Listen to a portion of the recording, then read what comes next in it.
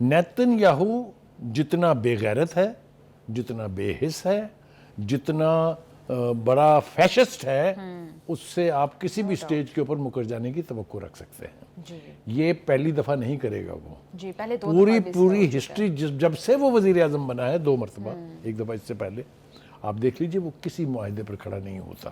جی چاہے وہ camp David ہو، چاہے وہ یوسلو ایکارڈ ہو، کچھ بھی ہو، اس کے نزدیک ان سمجھوتوں کو وائلیٹ کرنا اس کے باپ کا حق ہے شاید.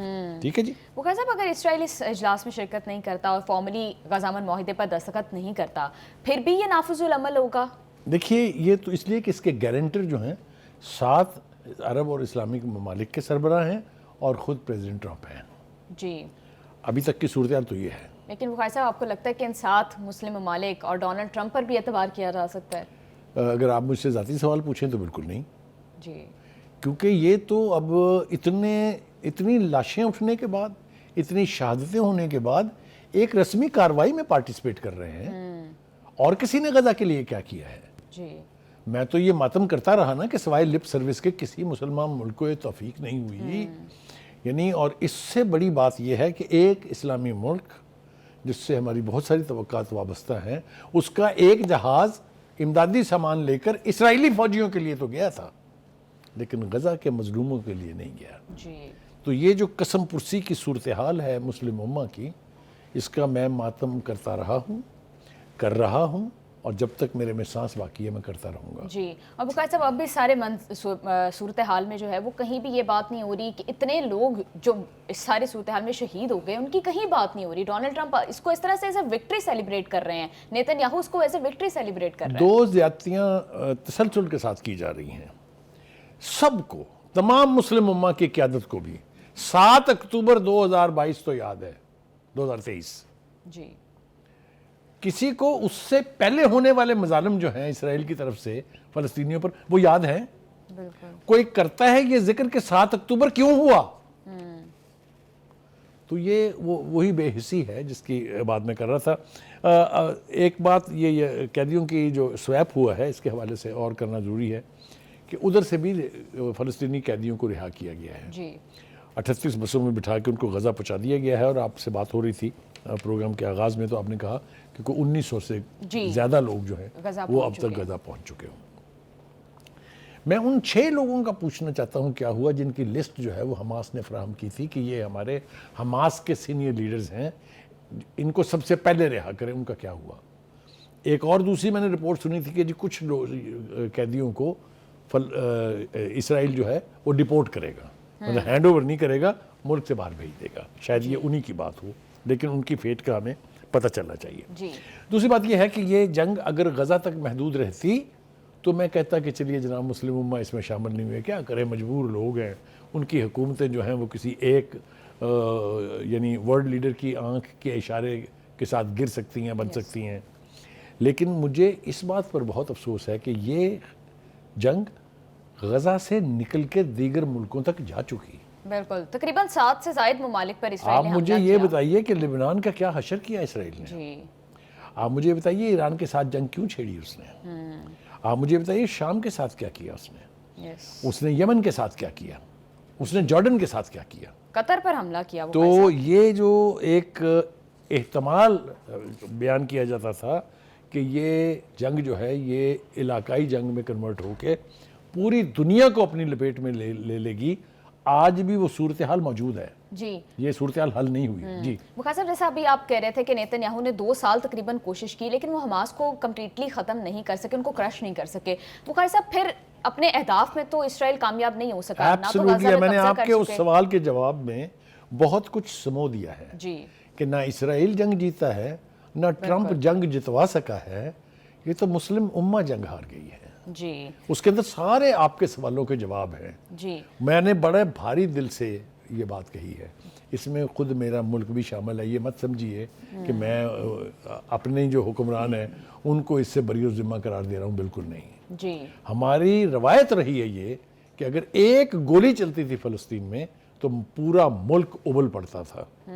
میں نے 2-3 حکومتیں پہلے دیکھی ہیں اور اب میں دیکھ رہا ہوں، چاہے وہ نون لیگ کی حکومت ہے، چاہے وہ پی ٹی آئی کی حکومت تھی، عمران خان صاحب جو وزیر اعظم تھے، یا اب کے پی کے میں. آپ مجھے یہ بتائیے، میں پوچھتا ہوں سوال، ذمہ داری سے پوچھ رہا ہوں کہ 2 سال کی اس جنگ میں کوئی ایک لیڈر کا بیان مجھے بتا دیجئے جس نے یہ سوال پوچھا ہو صرف کہ غزہ میں آپ کیا کر رہے ہیں. اس لیے کہ یہ بات آپ ان کے بانی کو سوٹ نہیں کرتی. جی الیکشن لڑنے کے لیے وہ ایز وزیر اعظم اپنے سالہ جی کا چلے جاتے ہیں جو وہاں کا ہارڈ کور یہودی ہے، اور جو وہاں الیکٹ ہوتا ہے پھر بالآخر مسلمان. اس کے بارے میں آپ نے ٹرمپ کے خیالات ابھی حال ہی میں سنے بھی ہوں گے اور ہم نے اپنے ناظرین کو بتائے بھی تھے. جی پروگرام میں شامل کریں گے ایک شارٹ بریک. اسٹے ود اس.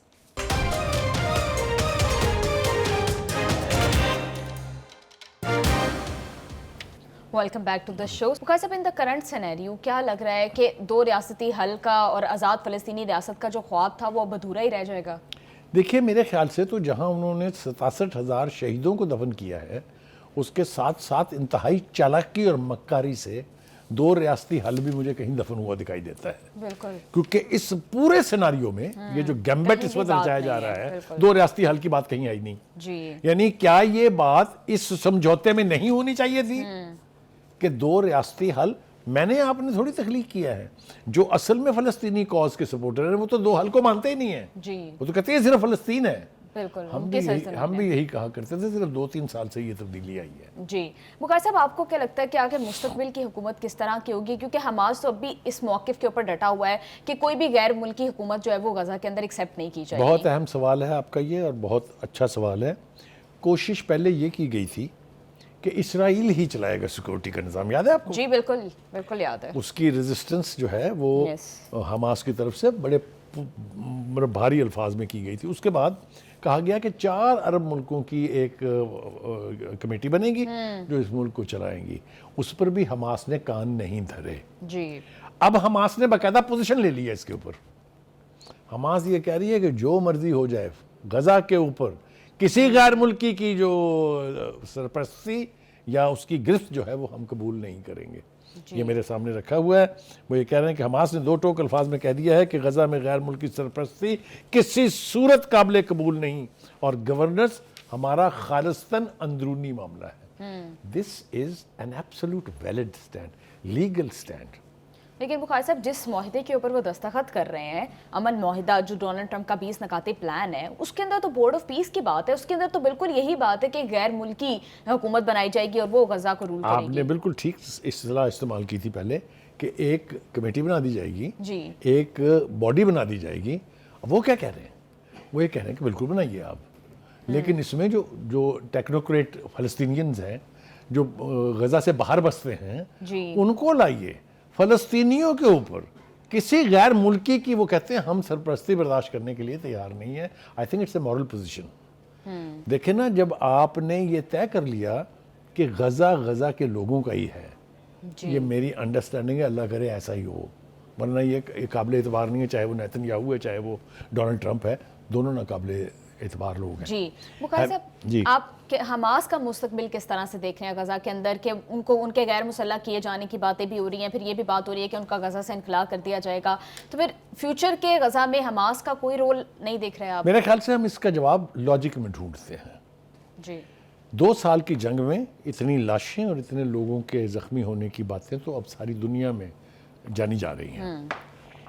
میں آپ کو کنوکشن سے کہہ رہا ہوں کہ اب تک غزہ کے باسیوں نے ایک آواز حماس کے خلاف نہیں اٹھائی ہے. آج بھی وہ حماس کے کہنے پر کچھ بھی کرنے کے لیے آمادہ ہیں. حماس کہتی ہے آ جائیں تو وہ قافلوں کی صورت میں آ جاتے ہیں. یہ تو سب سے بڑی موت ہی یہ پڑی ہوئی ہے نیتن یاہو کو بھی اور اس کے سرپرستوں کو بھی کہ حماس کو وہاں کی مقامی پاپولیشن ڈسون کرنے کے لیے تیار ہی نہیں ہے. کیا کیا لالچ نہیں دیے گئے. کسی نے کہا ریویریا بنا دیں گے، کسی نے کہا اس کو ٹورسٹ اور وہ بنا دیں گے، کسی نے کہا اتنے فنڈ دیں گے کہ ایشیں ہو جائیں گی اہل غزہ کی. لیکن کسی ایک فرد نے اب تک حماس کو ڈسون نہیں کیا ہے. جی ایک بات. دوسری بات، ایک اور سوال پوچھا جا رہا ہے اور وہ یہ ہے کہ مشرق وسطیٰ میں اب ایران کا کیا کردار ہوگا. مشرق وسطیٰ میں پہلے بھی، اب بھی، اور خاص طور سے فلسطین کے حوالے سے ایران کا کردار سب سے زیادہ مضبوط رہا ہے. اس نے فنڈنگ کی ہے ان تمام تر مذاہبتی گروپس کی، چاہے وہ حزب اللہ ہے، چاہے وہ حوثیز ہیں، چاہے وہ حماس ہے. اور آپ کو حیرت ہوگی کہ یہ ساری شیعہ آرگنائزیشنز نہیں ہیں. جی حزب اللہ تو بالکل بھی شیعہ نہیں ہے. That means Iran is supporting the cause of the Palestinians, not their own فقہ اور اینی تھنگ, جی which is a laudable thing. جی میرا خیال یہ ہے کہ ابھی بھی حماس کو اگر کسی طرف سے توقع ہوگی تو وہ ایران ہی ہوگا, اور ایران اس وقت تک یہ اسپانسرشپ کہہ لیجئے, آپ ان کی سپورٹ کرنا کہہ لیجئے, نہیں چھوڑے گا جب تک فلسطینیوں کو اپنی ریاست قائم کرنے میں کامیابی نہیں ہوگی. جی بخاری صاحب, آپ کو لگتا ہے کہ اس سچویشن میں جس طرح کا یہ امن معاہدہ ہے جس کی کوئی گارنٹی نہیں ہے اور بہت سارے نکات کے اوپر دونوں سائڈز کے جو ہیں وہ بھی جو ان کی کانٹرڈکشن ہے, تو بخاری صاحب آپ کو لگتا ہے کہ یہ اب جو جنگ بندی ہے, یہ امن منصوبہ ہے, یہ لانگ ٹرم سسٹین کرے گا یا پھر صرف حماس کو ری آرگنائز ہونے کا ٹائم ملے گا اور اسرائیل دوبارہ جارحیت کر سکتا ہے اور یہ پھر سے شروع ہو جائے گی؟ دیکھیے یہ خطرہ موجود ہے, بالکل آپ کی آبزرویشن بالکل ٹھیک ہے, لیکن نقصان تو اسرائیل کا بھی ہوا ہے. جی بالکل, نقصان تو ہوا ہے اسرائیل کا بخاری صاحب ایسا ڈونلڈ ہوا ٹرمپ ہے بالکل کہ ان کو ان کی آئندہ نسلیں یاد رکھیں گی. جی اور یہی وجہ تھی کہ ڈونلڈ ٹرمپ صاحب کو بیچ میں جمپ کر کے بالکل جنگ کو militarily وہ رکوانا نہیں جیت پڑا, سکے یہ ورنہ جنگ. ایران کے بارے میں جی. خود ٹرمپ کا کہنا یہ ہے کہ 2 دن آخری جو لڑائی ایران نے لڑی ہے وہ میں یقین ہی نہیں کر سکتا کہ کیسے لڑی ہے. وہ اصل میں نے پہلے بھی ایک دفعہ کہا تھا پروگرام میں, چلتے چلتے میں ذکر کر دوں, ایران کی اسٹریٹجی یہ تھی کہ ان کا جتنا ڈیفنس سسٹم ہے یہ ہمارے چھوٹے چھوٹے ڈرونز, چھوٹے چھوٹے راکٹس, چھوٹے چھوٹے میزائلوں سے پورا ایگزاسٹ ہو جائے, اور یہ وار اسٹریٹجی تھی. جو ہی ایسا ہوا اس کے بعد جب ان کے میزائل برسنا شروع ہوئے ہیں تو 11,000 important skyscraper buildings and defence headquarters and intelligence headquarters تباہ ہوئے. جی میں یہ بڑی عجیب بات کہنے لگا ہوں, لیکن چونکہ دل چاہ رہا ہے کہہ کے چھوڑوں گا. میں غزہ کا قبرستان جب دیکھتا تھا اور اس کے بعد جب میں نے اسرائیل کا قبرستان دیکھا تو دل کو راحت تو بہت ہوئی ہے جی کہ وہ کسی کا گھر جلا کے اگر آپ اپنے گھر میں روشنی کریں گے تو پھر آپ کا گھر بھی جلے گا. جی بالکل. ٹھیک ہے جی.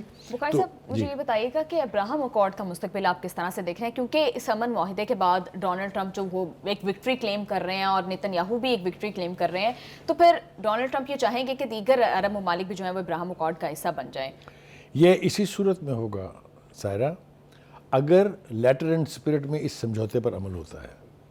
تو اگر اس سمجھوتے پر عمل ہوتا ہے تو ابراہم اکارڈ کا حصہ بن جائیں گے مسلم کنٹریز؟ میں یہ ابراہم اکارڈ کی طرف دیکھنے کی کا جواز پیدا ہو جائے گا اگر جنگ مستقل بنیادوں پر بند ہو جائے, حماس کو وہاں آرگنائز کرنے دیا جائے, تب تو وہ ہوگا. ورنہ اس وقت جو انٹرنیشنل اوپینین ہے, بالکل جو مسلم ممالک کے اندر جو اوپینین ہے, پبلک اوپینین, وہ اپنی لیڈرشپ کے ساتھ نہیں ہے.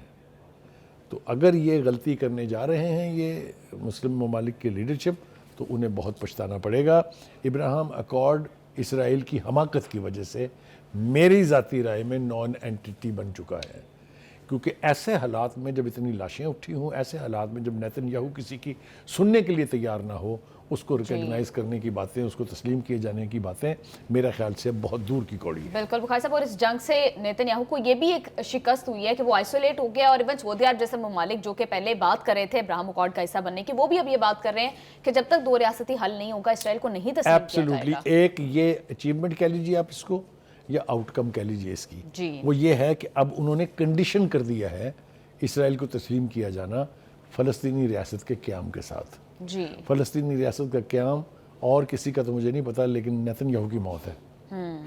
نیتن یاہو کا پولیٹیکل کیریئر بھی جائے گا, نیتن یاہو کی حکومت بھی جائے گی, اس لیے کہ وہ جو رائٹ ونگ جماعت جس کی وجہ سے ان کی حکومت قائم ہے, وہ ایسا کبھی نہیں ہونے دے گی جس سے کوئی بھلا ہو سکے حماس کا, یا کوئی فلسطینی ریاست کے قیام کی بات جو ہے وہ اپنے منطقی انجام تک پہنچے. یہ وہ برداشت کر ہی نہیں سکتے. لہذا نیتن یاہو کا کیریئر کہہ لیجیے یا اس کا پولیٹیکل جو یعنی قوت ہے اس کی, وہ اسٹیک پر ہے. حالات تیزی کے ساتھ اب تبدیل ہوں گے, بالکل بہت برکرفتاری کے ساتھ یعنی تبدیلی آئے گی. اب وہ دیکھنا یہ ہے کہ ہماری مسلم لیڈرشپ جو ہے وہ کیسے بیہیو کرتی ہے. ہمارے جو مسلمانوں کی تنظیمات ہیں جس میں وہ آئی سی ہے, عرب لیگ ہے اور دیگر ادارے ہیں, وہ کس طریقے سے صاحب ابھی آپ نے بات کی تھی کہ یہ جنگ غزہ تک محدود نہیں ہے بلکہ باقی ممالک تک بھی پھیل چکی ہے، تو اب آپ آگے اس جنگ بندی کا، اس ساری صورتحال کا مشرق وسطیٰ کی اوور آل ڈائنامکس پر کیا اثر دیکھ رہے ہیں، اور پھر بالخصوص لبنان، یمن، سیریا، یہاں پر جو ریزسٹنٹ موومنٹس ہیں ان کا فیوچر کیا دیکھ رہے ہیں آپ؟ دیکھیے جیسا میں نے کہا کہ چیزیں بہت برق رفتاری کے ساتھ اب تبدیل ہونے جا رہی ہیں. سیریا نے معاہدہ تو کر لیا ہے اسرائیل کے ساتھ، لیکن اس کا ڈسپیوٹ بہت گمبھیر ہے. اردن کے حوثیز جو ہیں وہ کہتے ہیں ہم یہ کمپین کبھی نہیں چھوڑیں گے. لبنان کی حزب اللہ اپنی جگہ پر قائم ہے. ہر چند کے امریکہ کی طرف سے، نیتن یاہو کی طرف سے ان کو غیر مسلح کرنے کی کوششیں ہو رہی ہیں، لیکن یہ کوشش ایک دفعہ پہلے بھی ہوئی تھی، اس وقت بھی کامیاب نہیں ہوئی تھی، یہ اب بھی کامیاب نہیں ہوگی. بخاری صاحب اس جنگ بندی کا غزہ کے اندر تو اس کو سیلیبریٹ کیا جا رہا ہے، اس کا خیر مقدم کیا جا رہا ہے، لیکن جو پروٹیسٹ کیے جا رہے ہیں اب ان کا ایٹ دس پوائنٹ کہ جب کہ جنگ بندی ہو گئی ہے، کیا مقصد ہے، کیا پوائنٹ ہے؟ جب یہ ساری جاریت ہو رہی تھی، جب یہ 68,000 لوگ مر رہے تھے، تب یہ پروٹیسٹ نہیں کیے گئے. پہلی بات تو یہ کہ تھوڑی سی بات کر لیں اس جشن کی جو اس وقت غزہ میں منایا جا رہا ہے. غزہ کے لوگوں نے پچھلے 2 سال میں سوائے آسمان سے آگ برسنے کے، اپنی لاشیں اٹھانے کے اور اپنے گھروں کو ملبہ بننے کے کچھ نہیں دیکھا. ان کو اگر یہ میسج پہنچ گیا ہے کہ اب آپ کے اوپر بمباری نہیں ہوگی، تو اس قوم کا جس میں چھوٹے چھوٹے بچے باقی بچ گئے ہیں، ابھی ہم نے جو ویڈیو دیکھی اس میں بچے اللہ کا شکر ادا کر رہی تھی، ان کا جشن منانا سمجھ میں آتا ہے. جی اب آج تھوڑا سا اس احتجاج کی بات کر لیتے ہیں. دیکھیے 2 سال سے جب یہ قتل و غارت خونریزی جاری تھی، کہاں تھے آپ؟ جی کس کونے میں دبے بیٹھے تھے آپ؟ اب جب کہ وہاں پر انٹرنیشنل ایگریمنٹس ہو رہے ہیں، اب جب کہ غزہ کے لوگ جشن فتح منا رہے ہیں، آپ اٹھ کے چل پڑے ہیں احتجاج کرنے کے لیے، تو ایک تو آپ کی یہ ٹائمنگ کسی کو سمجھ میں نہیں آ رہی ہے. پھر دوسری بات یہ ہے کہ احتجاج کرنے کے طریقے ہوتے ہیں، پوری دنیا میں ہوئے ہیں نا احتجاج. جی کسی نے مارا ماری نہیں کی ہے، کسی لا انفورسر کو کے اوپر چڑھائی نہیں کی ہے. جی بخاری صاحب، تو جب آپ اتنی شدت کے ساتھ بڑھیں گے آگے ایک ایسی ٹائمنگ کے اوپر جس کی ضرورت نہیں ہے، تو پھر اس کی مزاحمت بھی ہوگی. اور میرا نہیں خیال کہ پیسج دینی چاہیے کہ وہ جس طرف چاہے چڑھائی کر دیں اور جو تباہی مچانا چاہتے ہیں مچا دیں. جی بخاری صاحب بالکل ٹھیک کہہ رہے ہیں. پروگرام میں شامل کریں گے ایک شارٹ بریک سے واپس آ کر ملک کی سیاسی صورتحال پر ڈسکشن کریں گے. ساتھ رہیے گا.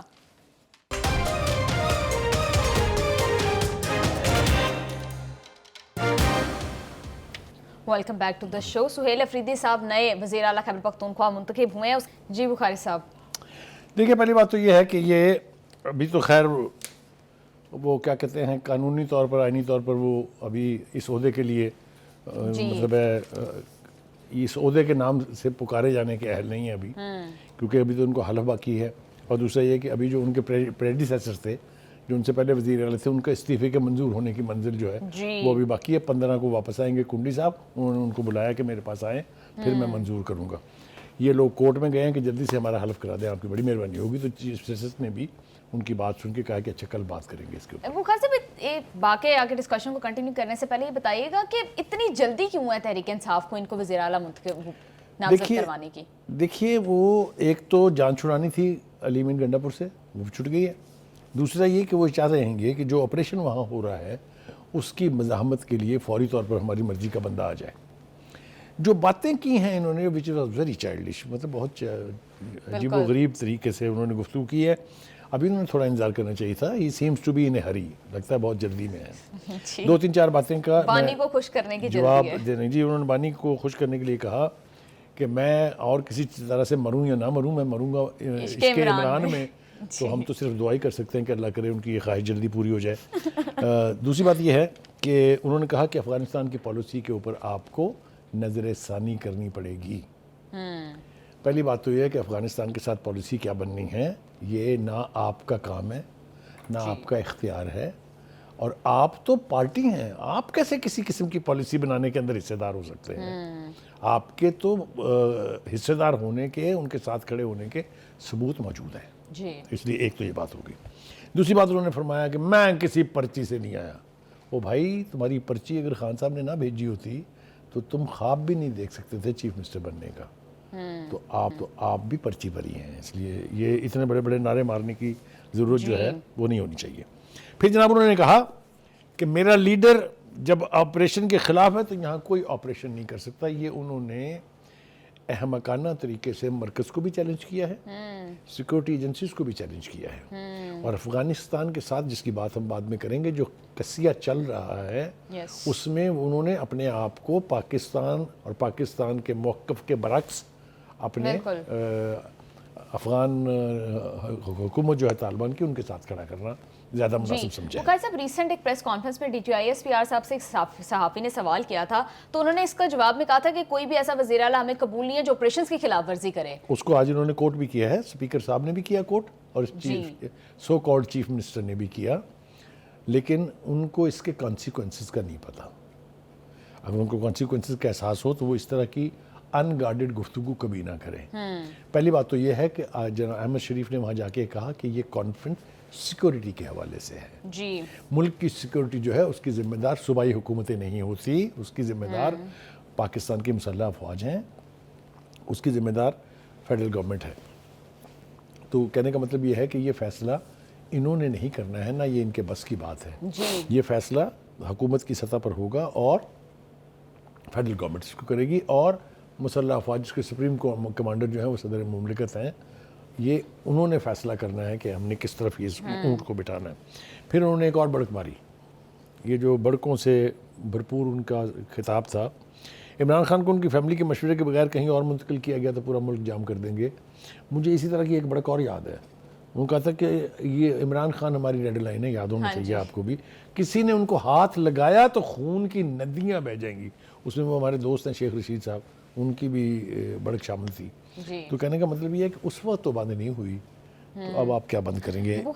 ایسی بڑکیں نہیں مارنی چاہیے جس سے جو ماحول اس وقت گرم ہوا ہوا ہے اس میں اور تلخی آئے. بالکل آپ ٹھیک کہہ رہے ہیں. ایک بات بہت کلیئر ہے کہ اسٹیبلشمنٹ اور صوبہ کے پی کی جو نئی لیڈرشپ ہے وہ سیم پیج پر نہیں ہے, تو کیا کوئی چانس ہے کہ ان کے وزیر اعلیٰ بننے کی راہ میں رکاوٹ ڈالی جائے؟ دیکھیے میں عرض کروں آپ سے, پہلی بات تو یہ ہے کہ آپ کیا ایجنڈا لے کے آئے ہیں اسمبلی میں الیکٹ ہو کے وزیر اعلیٰ بننے کے لیے. جنگجو کی آپ نے طرح اپنا ایجنڈا بتایا کہ میں احتجاجی سیاست کروں گا. بالکل بھائی یہی کر کر کے تو علی امین گنڈا پر گھر چلے گئے نا, اور وہی نعرہ آپ بھی مار رہے ہیں.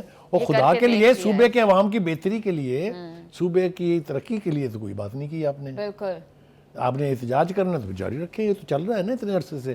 یہ اب آپ کو کوئی کرنے دے گا یا نہیں کرنے دے گا, یہ سوال بھی میرے خیال سے پوچھا جانا چاہیے. اگلے کسی پروگرام میں ہم حکومت سے پوچھیں گے یہ. دوسری بات یہ کہ انہوں نے کہا نہ گاڑیاں ہیں میرے پاس, نہ پیسے ہیں, نہ بنگلہ ہے, اور نہ ہی کرسی کا لالچ ہے. یہ چاروں باتیں غلط ہیں. ان کے پاس گاڑیاں بھی ہیں, ان کے پاس پیسہ بھی ہے. وہ جو آپریشن کے نتیجے میں ہلاک ہونے والے کے گھروں کو جا کے کمپنسیشن پہنچا کے آتے تھے وہ آپ ہی ہیں نا. اگر آپ کے پاس پیسہ نہ ہو تو آپ اس طرح کی عیاشی کیسے افورڈ کر سکتے ہیں؟ ہیونگ سیڈ دیٹ, پھر آپ نے کہا میرے نام کے ساتھ نہ زرداری ہے, نہ میرے نام کے ساتھ بھٹو ہے, نہ میرے نام کے ساتھ شریف ہے. او بھائی آپ بھول رہے ہیں آپ کے نام کے ساتھ آفریدی ہے. جی مطلب ہے یہ اتنی ہی بچگانہ تقریر انہوں نے فرمائی ہے. بخاری صاحب جس طرح سے یہ گفتگو کر رہے ہیں اور جو یہ ایجنڈا لے کر آئے ہیں اگین مرکز سے بہت مختلف ہے, بخاری صاحب کیا یہ بھی آپشن ایک موجود ہے کہ گورنر راج جو ہے وہ لایا جائے, کیونکہ صوبہ کے پی ایسی سچویشن میں اس کی سیکیورٹی کو کمپرومائز نہیں کیا جا سکتا؟ میں عرض کروں آپ سے, پہلے یہ خدشہ تھا جی کہ شاید حکومت وہاں گورنر رولز لگا دے. مجھے لگ رہا ہے کہ اب ان کا یہ ایجنڈا ہے کہ ہم نے لگوا کے چھوڑنا ہے. جی کیونکہ جس طرح کی انگارڈڈ گفتگو کی گئی ہے اس کے نتیجے میں یہ انتہائی آئینی اقدام ہوگا. یاد رکھیں یہ اس کی کانسٹیٹیوشن میں پروویژن ہے, جب کوئی حکومت ناکام ہو جائے, جب اس کا وزیر اعلیٰ اعتماد کھو دے, جب وہ بغاوت پر اتر آئیں یعنی اسٹیٹ کے خلاف باتیں کریں, تو گورنر رولز لگنا آئینی آپشنز ہے. ایک بات آگے چلیے جناب. اس وقت صورتحال یہ ہے کہ وہ اپنے حلف اٹھانے کی جلدی میں پشاور ہائی کورٹ جیسا میں نے کہا وہ وہاں چلے گئے ہیں, اور ہائی کورٹ کے جج نے 2-3 سوال بھی ایسے پوچھے تھے کہ بھئی آپ کو جلدی کیا ہے, اور اسی طرح سے وہ میں نے کہا کہ وہ استعفیٰ چونکہ منظور نہیں ہوا ہے لہٰذا کنڈی صاحب بھی ریلیکسڈ ہیں, انہیں پتہ میں نے مزے لینے ہیں, تو وہ بھی کہہ رہے ہیں کہ 15 اکتوبر کو میرے پاس آئیں پھر میں آپ کو بتاؤں گا کیا کرنا ہے. ہیونگ سیڈ دیٹ, علی امین گنڈا پور صاحب نے بھی آج موقع غنیمت جانا, انہوں نے 2-4 بڑکیں اپنی عادت کے عین مطابق پھر ماری ہیں. جی دوسری بات یہ ہے کہ ان کو یہ پتہ ہونا چاہیے کہ آپریشن کی راہ میں رکاوٹ ڈالنے کی وجہ سے آپ نے ان کا اعتماد کھویا جن کا اعتماد آپ کو حاصل تھا. آپ سمجھ رہی میں کیا کہہ رہا ہوں؟ جی بالکل. اچھا, دوسری بات یہ ہے کہ آپ نے اختلاف کیا اپنے بانی کی پالیٹکس سے جی اور اعلان کیا باقاعدہ پریس کانفرنس میں کہ یہ جو افسران آپریشنز میں شہید ہو رہے ہیں میں ان کے ساتھ یعنی ان کو خراج عقیدت پیش کرتا ہوں اور وہ جنہوں نے ان پر حملہ کر کے ان کو شہید کیا ہے ان کی مذمت کرتا ہوں. جی that was a clear departure from the بانیز پالیسیز. جی وقار صاحب باقی چیلنجز کے ساتھ ساتھ سہیل افریدی صاحب کے لیے یہ بھی بڑا چیلنج ہوگا کہ کیا وہ بشرا بی بی گروپ کا پارٹ ہوں گے یا پھر وہ علیمہ خان صاحبہ کی گروپ کا پارٹ ہوں گے؟ دیکھیے میرے اگر تاریخ کا جائزہ لوں جی تو ایک کو چیف منسٹر بنوایا تھا بیگم صاحبہ نے, جی دوسرے کو چیف منسٹر بنایا ہے باجی صاحبہ نے. تو اگر یہ موروثی سیاست میں تو پھر اور کیا ہے, اور کیا یہ لاسٹنگ ہوگا, کیا ان میں کیپیسٹی ہے کہ وہ کے پی کے جیسا سیریس جہاں صورتحال جہاں بہت سنگین ہے اس صوبے کو چلا سکیں. یہ آنے والے دنوں میں پتہ لگے گا, میرے خیال سے انتظار کرتے ہیں دیکھتے کیا ہوتا ہے. جی بخار صاحب بالکل ٹھیک کہہ رہے ہیں. پروگرام میں شامل کریں گے ایک شارٹ بریک. اسٹے ود اس.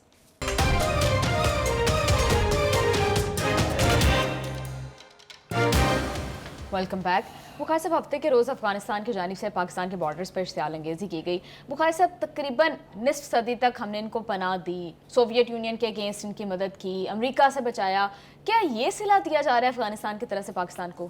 دیکھیے ان کے بارے میں وفا نام کی چیز تو ان کے پاس کوئی ہے ہی نہیں, تو اس لیے ان سے زیادہ توقع نہیں رکھنی چاہیے. اور یہ انہوں نے وقتاً فوقتاً ثابت کیا ہے کہ ہم لوگ جو ہیں وہ نمک حلالی کو تو چھوڑ دیں, ہم تو وفا نام کی کسی چیز سے واقف ہی نہیں ہیں. جی میں مختصر چونکہ وقت بہت کم ہے اس لیے تھوڑا سا جلدی میں مجھے کچھ باتیں عرض کرنی ہیں. ایک تو یہ متقی صاحب جو ہے نا جو انڈیا گئے ہیں, جا کے وہاں انہوں نے جے شنکر کے ساتھ جو پریس کانفرنس کی اور ان کی مرضی کا بیانیہ جو ہے وہ جاری کیا, اس کے اوپر دستخط بھی کیے. وہ کتنے بے وقوف لوگ ہیں یہ, انہیں یہ بھی نہیں پتا کہ یہ وہی انڈیا ہے نا جس کو ابھی ہم نے چند مہینے پہلے دھول چٹائی. ان کا جو بخار تھا کہ ہم اس کو خطے کی بہت بڑی طاقت ہے, اس کا ہم نے تمسخر بھی اڑایا, اس کو زمیں بوس بھی کیا. سبق نہیں سیکھتے تاریخ سے لوگ. ہم نے جو کچھ کیا انڈیا کے ساتھ وہ جین بک آف ڈیفنس میں ایک نئے باب کا اضافہ ہے. ٹھیک ہے, آپ بھی چلے ٹرائی کرنے کے, جناب ہم بھی ہیں یہاں, ہمیں بھی ذرا دیکھیے. لہٰذا ہمیں تم کو سمجھانے کے لیے کچھ نہ کچھ تو کرنا تھا. جو حرکت افغانستان نے کی ہماری یعنی بارڈر کے اوپر حملہ آور ہو کے, اس کا یہی جواب بنتا تھا کہ الٹیمیٹلی انہوں نے 21 اپنی پوسٹیں جو ہیں وہ گنوائی ہیں جہاں پاکستان کا جھنڈا لہرا رہا ہے. اور جو بھاگنے کی فوٹیج دکھائی ہے نا ہمارے تمام ٹی ویز نے, آبویسلی وہ آئی ایس پی آر نے جو فراہم کی تھی ایکچوئل پکچر ڈرونز کے ذریعے, تو وہ دیکھ کے مجھے ان کے اوپر بہت آیا کہ اس طرح بھاگے ہیں وہاں سے کہ جس کی کوئی مثال نہیں ملتی ہے. کہنا میں یہ چاہتا ہوں کہ ہن ٹھنڈ پہ گئی, ہن ٹھیک ہو جی, اور خدا کے لیے پاکستان کے ساتھ تو آپ کو تعلقات میں بہتری لانی تھی. آپ لینڈ لاک کنٹری ہیں, پاکستان کے علاوہ آپ کو کسی دنیا کے خطے سے کچھ نہیں مل سکتا. آپ کے اشیاء ضروریہ اگر پاکستان نہ دے تو آپ تڑپ تڑپ کے مر جائیں بھوکوں. اس کے باوجود آپ ہمیں آنکھیں دکھا رہے ہیں. وہ آپ لوگ کیا ہیں؟ تو کہنے کا مطلب یہ ہے کہ جو سب کچھ ہوا وہ اب تاریخ کا حصہ ہے. ہمارے بھی 23 جوان شہید ہوئے, ہمارے بھی کچھ 29 کے قریب جوان زخمی ہوئے, لیکن 200 ادھر کے جو ہیں وہ بھی جہنم واسڑ ہوئے ہیں. تو یہ اس سے انہیں آئندہ کے لیے سبق سیکھنا چاہیے کہ ہندوستان اور جو خوارج الہندوستان جنہیں ہم کہتے ہیں اور جو ہندوستان کی جو پراکسیز ہیں ان کو آپ اپنے خطے میں جگہ نہ دیں. اب ہمیں کوئی ابہام نہیں رہ گیا. Sorry to interrupt you, programme کا ٹائم ہو گیا ختم, ہمیں دیجیے اجازت. آپ سے ملاقات ہوگی انشاءاللہ کل. اللہ حافظ.